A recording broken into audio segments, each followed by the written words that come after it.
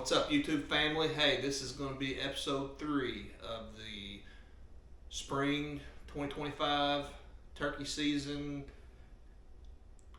We are talking about calls, game calls. We've already talked about box calls and some other unique calls. And I'm pretty sure I said in this next episode I was going to do nothing but locator calls. And there's a lot of different kind of locator calls. As we mentioned in the first episode, the box call can be used as a locator call. Obviously, that's not before daylight or after sunset, but mid-morning, midday, if you're not hearing any birds gobble, you just take that box call, especially in the wind. It'll cut right through the wind, makes an excellent, a box call, a good loud box call is great for locating birds during the day when they're on the ground. And having a variety of them, different sound, ones that sound different, because you never know that certain sound that tom's going to like. It might be more of a raspy sound, it might be more of a smoother sound, but box calls do make good locators.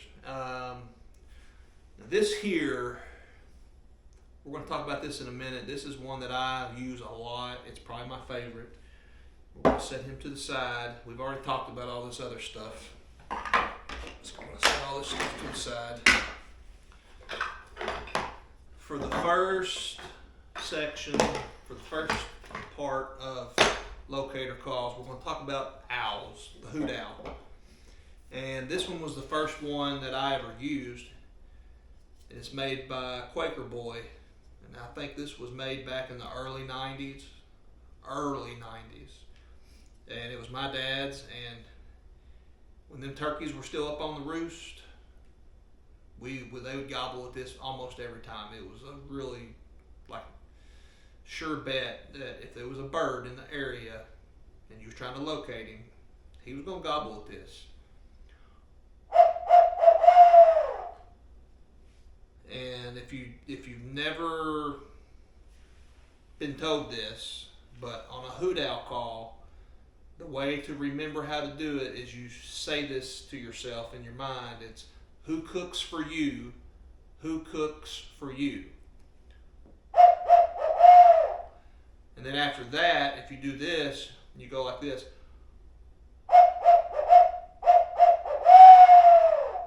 Who cooks for you? Who cooks for all of you? That's how you remember the cadence. That's just a little saying you're supposed to say to yourself. It just helps you remember the cadence if you're a new turkey hunter. And so I eventually got this on my own when I don't even know if I was a teenager. I might have been, but this is made by Primos. It's called the Hoot Flute. Pretty old call, probably made in the mid-90s. And it's basically the same thing. The only difference is you got 2 holes on the side here to change how deep you want the owl to sound.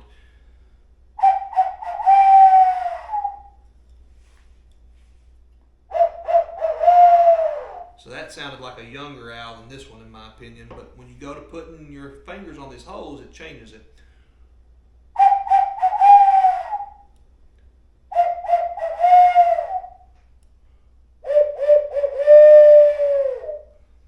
That's a little more of a mature, deeper sounding hoot owl.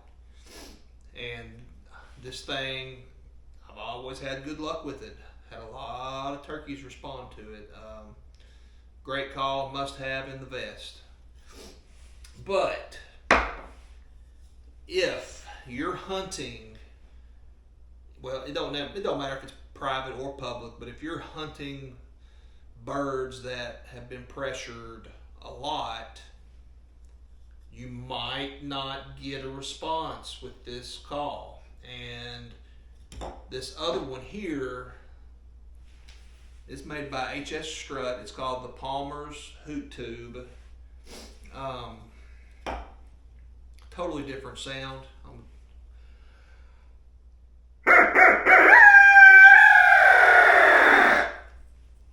Totally different sound. I don't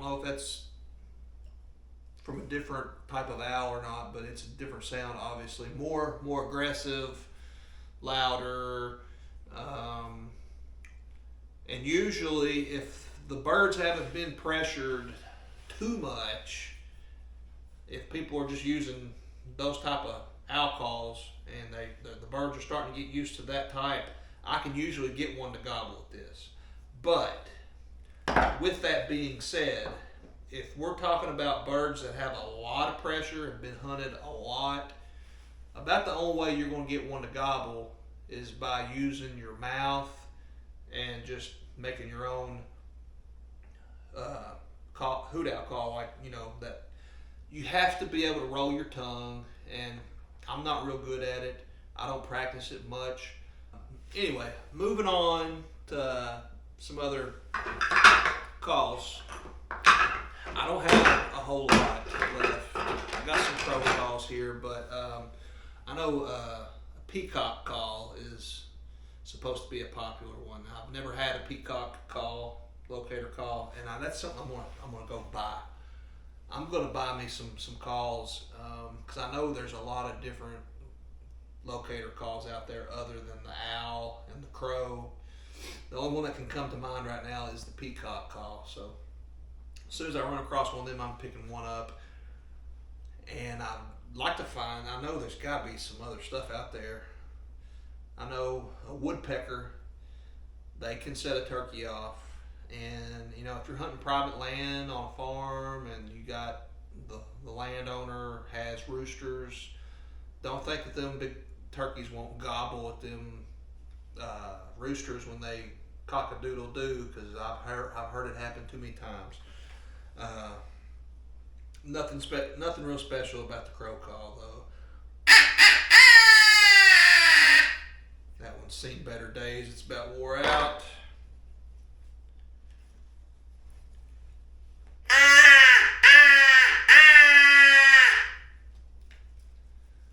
The crow call, in my opinion,